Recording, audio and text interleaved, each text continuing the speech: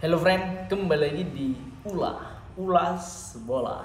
Kali ini aku sudah ditemani oleh salah satu pecinta sepak bola Indonesia yang bernama Bro Rafli. Boleh sapa bro ya kan? Nah, jadi kami kali ini akan membahas terkait media Vietnam yang lagi-lagi suka kali mengintip-ngintip timnas Indonesia, tidak hanya di senior tapi juga di timnas U20 friend. Nah, jadi ini seperti kita ketahui bersama bahwa timnas Indonesia sudah gagal lolos ke fase 8 besar di Piala Asia U20 2025 yang diselenggarakan di Cina friend. Nah, oleh karena itu media Vietnam tahu kembali menyindir timnas Indonesia friend. Nah, mereka mengatakan pemain naturalisasi timnas Indonesia yang U20 maupun pemain lokal timnas Indonesia U20 tidak mampu membawa timnas Indonesia lolos ke 8 besar. Bahkan jangankan untuk mendapatkan hasil seri, bahkan kalahnya pun dibantai dengan skor yang sangat telak friend, yaitu 3-0 dan 3-1. Ini suatu prestasi yang sangat tidak membanggakan. Maka dari itu bisa bro dibaca apa sih yang dikatakan oleh media Vietnam tersebut? Menanggapi hasil ini, media Vietnam pun melontarkan sindiran pedas melalui akun media sosial Instagram Teo 247VN. Mereka menulis pemain muda naturalisasi dan pemain muda lokal tak mampu membantu Indonesia U20 ciptakan kejutan di ajang AFC U20 Champion. Komentar ini tentu saja sangat monohok bagi timnas Indonesia U20 dan para pendukungnya. Pasalnya, skuad Garuda telah melakukan berbagai persiapan termasuk menaturalisasi beberapa pemain muda untuk menghadapi turnamen ini.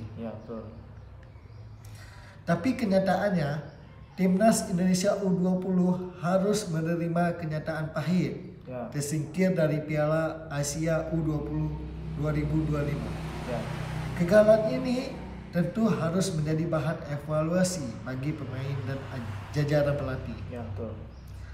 Perlu ada evaluasi yang menyeluruh terhadap performa tim, baik dari segi taktik, teknik maupun mental pemain.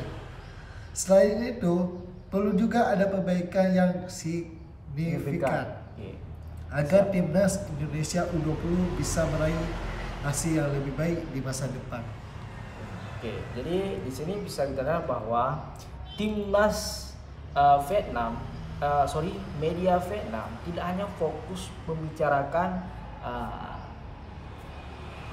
pemain atau timnas mereka, namun mereka juga mengintip performa dan apa sih yang terjadi oleh timnas Indonesia, dan mereka juga tidak hanya mengomentari atau memberitakan, tapi mereka juga mengkritik dan memberikan komentar yang monohok. Nah, itu mereka jelas mengatakan timnas Indonesia tidak mampu memberikan kejutan di Piala Asia U20 2025. Bahkan ketika timnas Indonesia sudah masuk ke Piala Asia U20 ini suatu kejutan, karena timnas Indonesia sudah bisa membuktikan bahwa level kita bukan level Asia Tenggara lagi, tetapi sudah Asia friend. Nah, walaupun mereka mengatakan pemain naturalisasi timnas Indonesia dan pemain lokal tidak mampu memberikan kejutan dan membantu timnas Indonesia untuk lolos, tapi yang perlu kita ketahui bahwa pemain U20 timnas saat ini mayoritasnya adalah pemain lokal. Walaupun ada beberapa naturalisasi, namun yang hanya muncul dan nampak itu hanya Jezraven, artinya apa? Sebagian besar dari pemain timnas U20 adalah pemain lokal, Nah, terkait tidak mampu membawa hasil yang lebih baik lagi, itu memang ada beberapa faktor. Tidak hanya bisa kita salahkan pelatih dan tidak hanya bisa kita salahkan pemain, walaupun mereka sudah belajar di luar negeri DC, belajar di luar negeri dan lain sebagainya.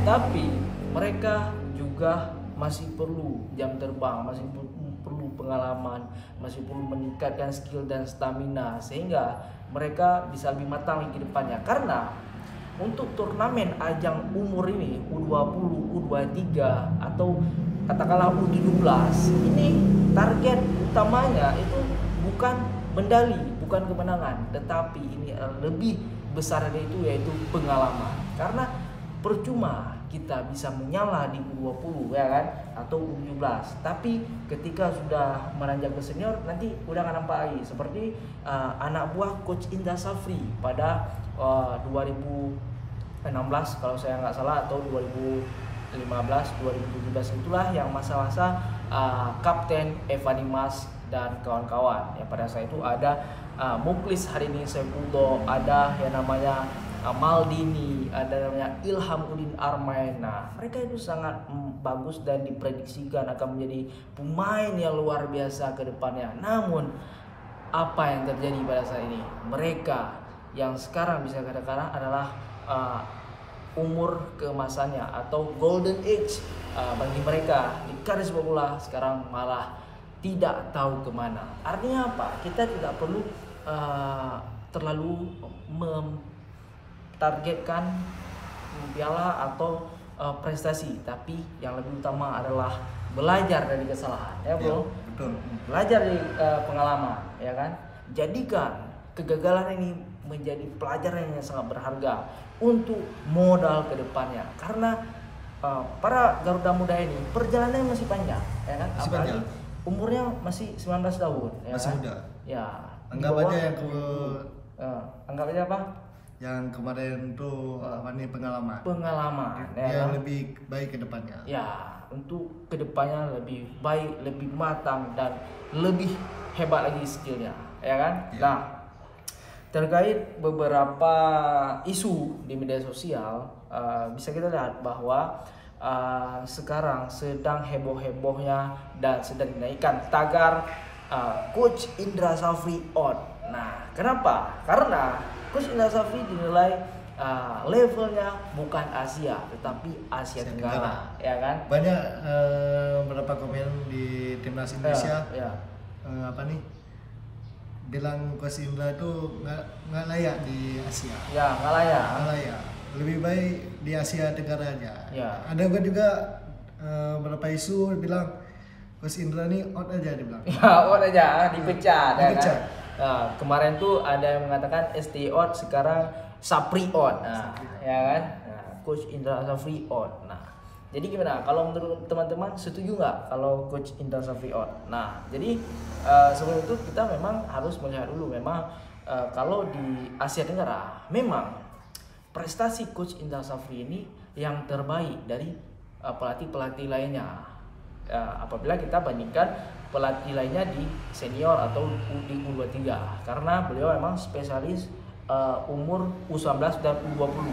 Nah, karena dari zaman dulu hingga sekarang itu sudah banyak medali yang diberikan, mulai dari Piala AFF dan ada juga kalau saya nggak salah itu ada di SEA Games. Nah, Ya, jadi SEA Games. ya kan. Ya. Nah, jadi memang prestasinya dan kapasitasnya itu memang harus diakui di Asia Tenggara. Namun kalau untuk Asia itu mungkin kita butuh, ya kan, pelatih baru Berarti baru. yang lebih hebat dan lebih matang serta taktiknya lebih kaya, ya kan?